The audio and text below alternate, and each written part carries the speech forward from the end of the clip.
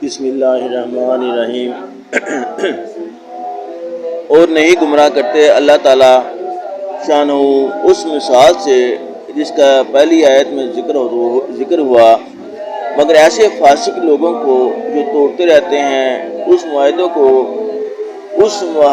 کو جو اللہ تعالیٰ سے کر چکے تھے، اس معاہدے کی پختگی کے بعد، اور قطع کرتے رہتے ہیں ان تعلقات کو جن کے وابستہ رکھنے کا اللہ تعالیٰ نے حکم دیا تھا، اور فساد کرتے رہتے ہیں زمین میں۔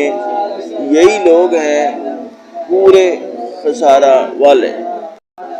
فائدہ: جیسا کہ اللہ جل شانہ نے قرآن پاک میں کئی جگہ صلہ رحمی، بالخصوص والدین کے حقوق کی رعایت کا حکم اور ترغیب فرمائی، جیسا کہ اوپر گزرا، اسی طرح سے بہت سی جگہ اپنے پاک کلام میں قطع رحمی، بالخصوص والدین کے ساتھ بدسلوکی پر بھی تنبیہ فرمائی۔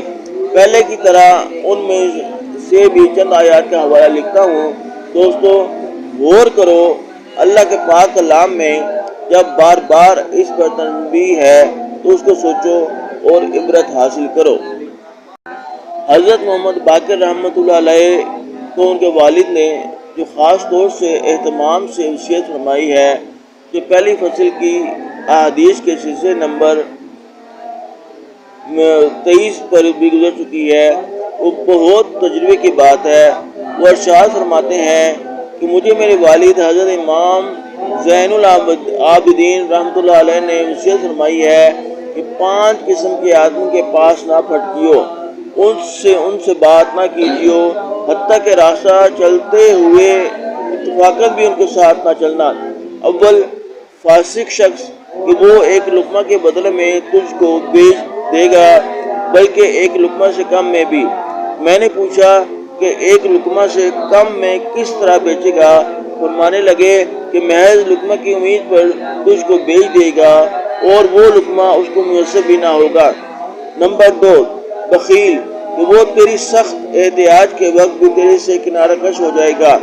نمبر 3، جھوٹا شخص کہ وہ بالو دھوکہ کی طرح سے تجھے دھوکہ میں رکھے گا، جو چیز دور ہوگی اس کو قریب بتائے گا، جو قریب ہوگی اس کو دور ظاہر کرے گا۔ نمبر 4، بیوقوف کے پاس نہ لگنا کہ وہ تجھے نفع پہنچانے کا ارادہ کرے گا، تب بھی اپنے حماقت سے نقصان پہنچا دے گا۔